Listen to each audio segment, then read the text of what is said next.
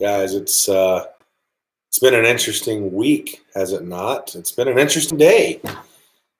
Happy Monday to you. It is Pastor Jeff Pate here from Adaville Baptist Church, and I wanted to give you guys an update, some encouragement.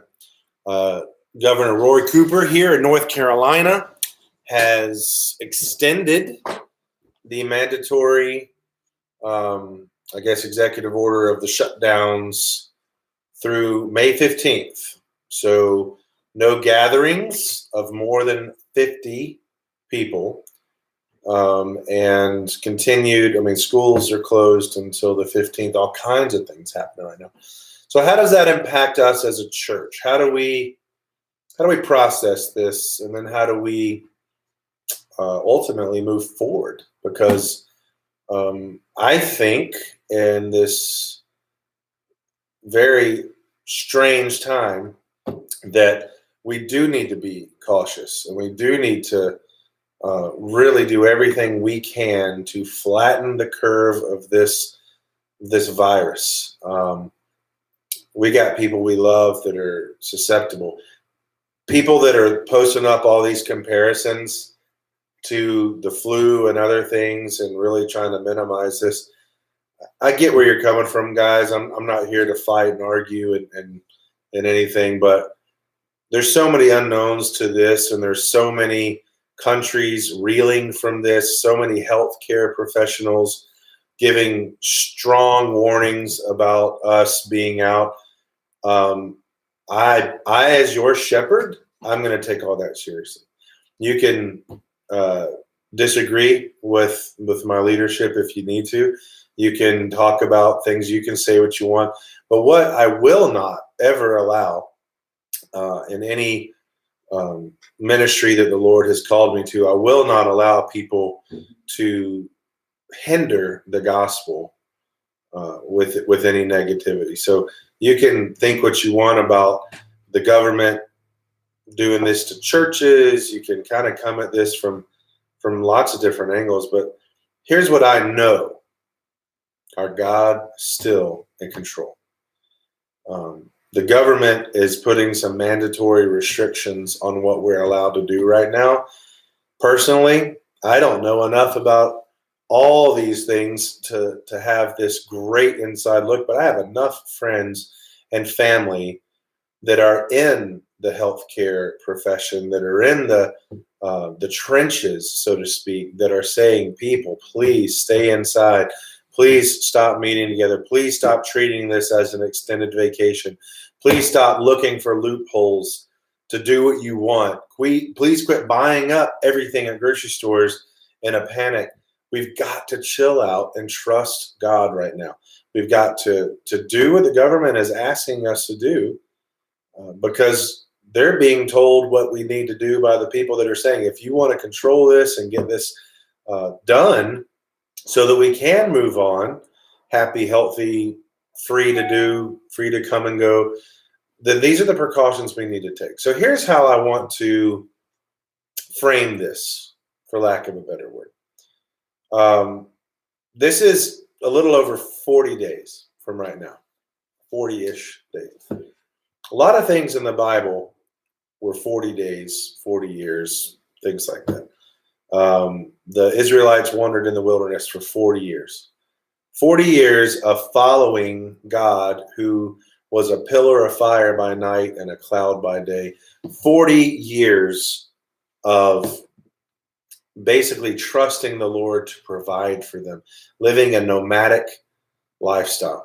Then you come into times of great fasting and seeking the Lord, and often those were 40 days. Moses was up on Mount Sinai, 40 days and nights, and the Lord gave him the 10 commandments to bring down to the people.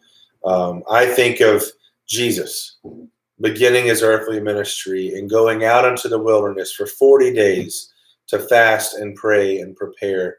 And then he comes back, and in 3.5 years, he completely changes everything.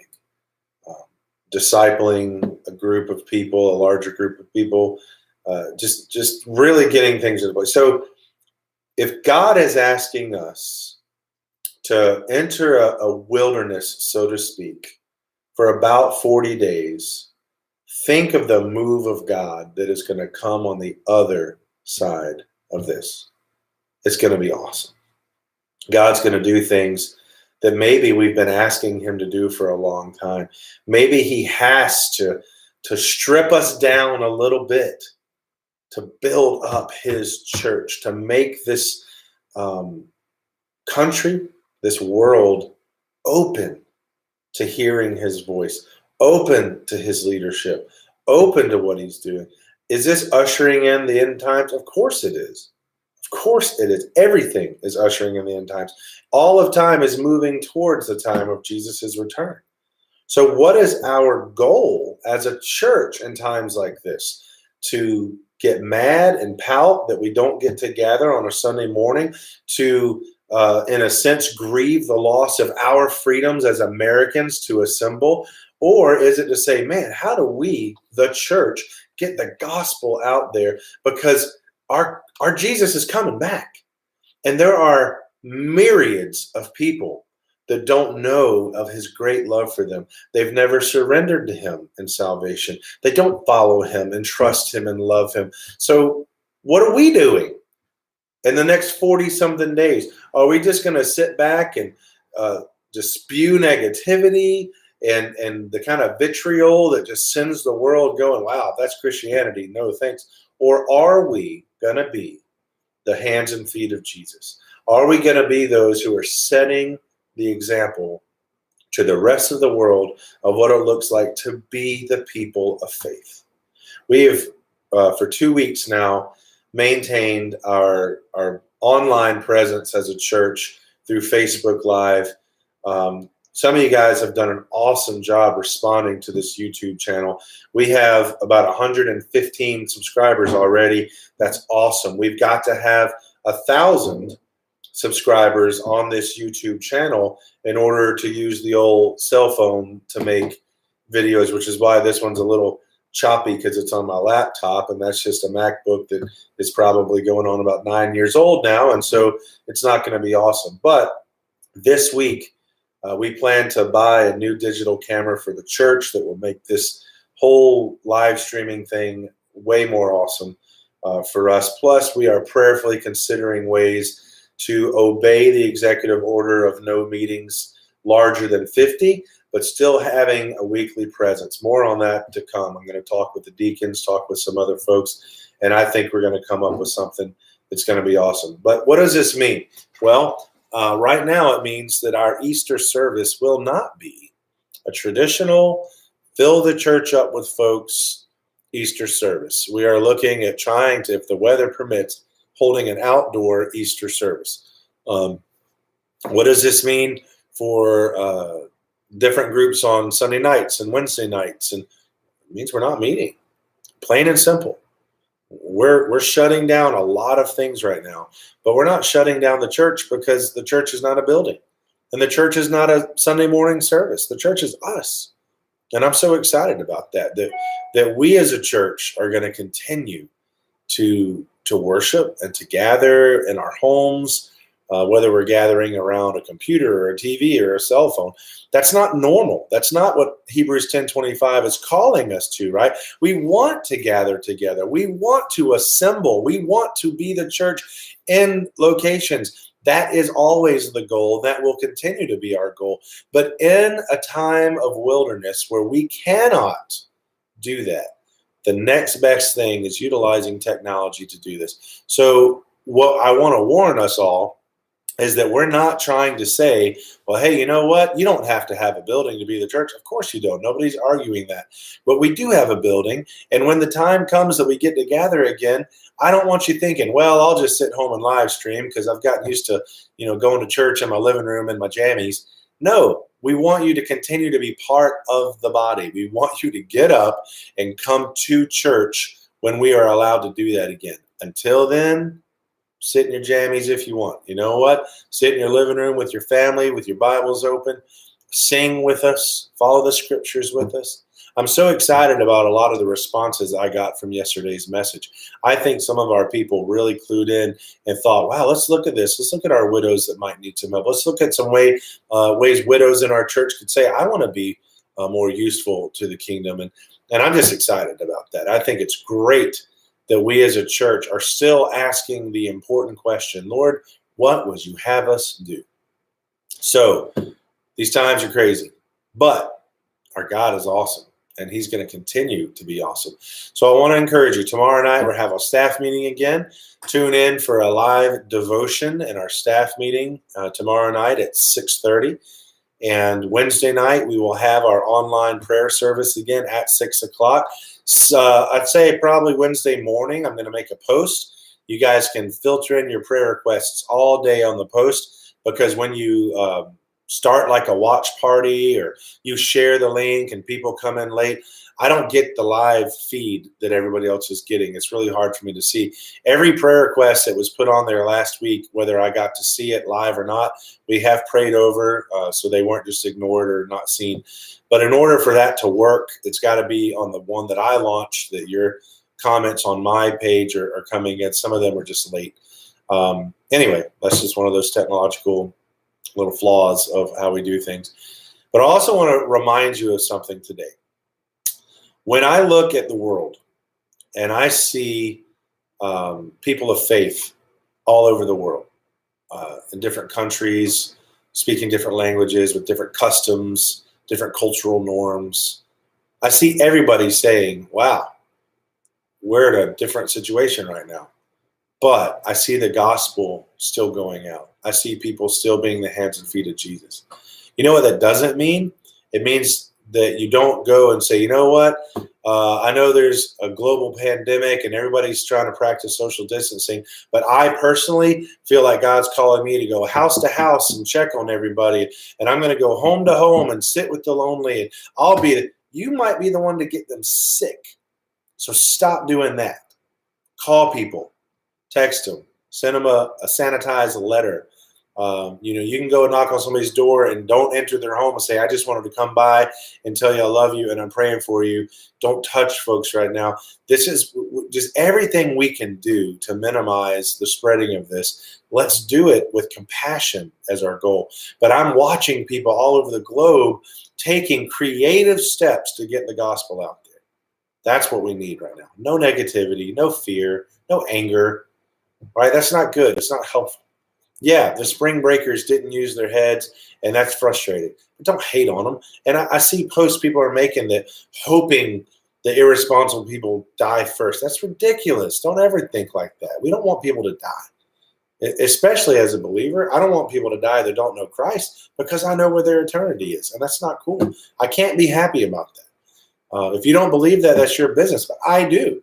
So I'm not going to lack compassion towards somebody when I know in my worldview, my understanding of God and the universe, people who die without Jesus spend eternity separated from God. And I don't want that to happen to you or anybody else. So the point is, today, Monday, March 23rd, we have now been given the order until May 15th. Schools are closed. Barbershops and salons are closing Wednesday at 5 p.m.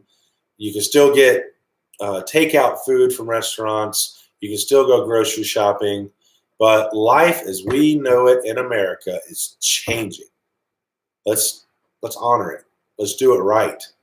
Let's not look for loopholes and ways we can still do whatever we want because we're prideful Americans. Let's be humbled by this, and let's respond with grace and kindness and humility. Pray for those healthcare workers who are struggling right now. Pray for our leadership. Pray like you've never prayed before. Seek God in this. Seek God in the quiet. People right now are in a little bit of a panic. Man, schools are closed all on. What am I supposed to do? I don't know. There are no easy, quick answers. But I do know that our God will provide. He's Jehovah Jireh, the Lord who provides, and we can trust him with that. So this is a little bit of a longer post, but I wanted to be thorough. Wanted to encourage you. God's word is always faithful to us. I love what he says to us in 2 Timothy. He says, listen, even if we're faithless, God remains faithful, for he cannot deny himself. So whether we are trusting God and putting our faith in God or not, He is faithful to us. He loves us. This is not just some big cosmic joke. This is not just God pouring out His wrath and killing off people. This is part of a fallen world where disease and viruses and bacterias and illness and broken bones and broken hearts, it's all part of the fall. It's all because of sin. But Christ is the answer.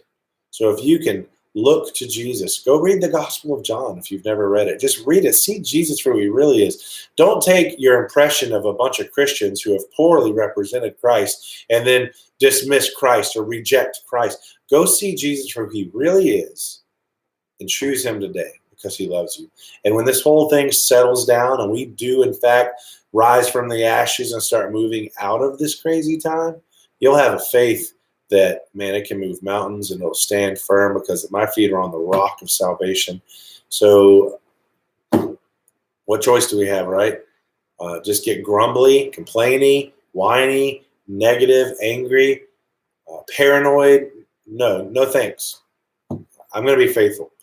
I'm going to be excited about what God's doing. In the next 40 days of this wilderness, Adaville Baptist Church is going to make some unique changes. Roll with us, guys. We're doing our best.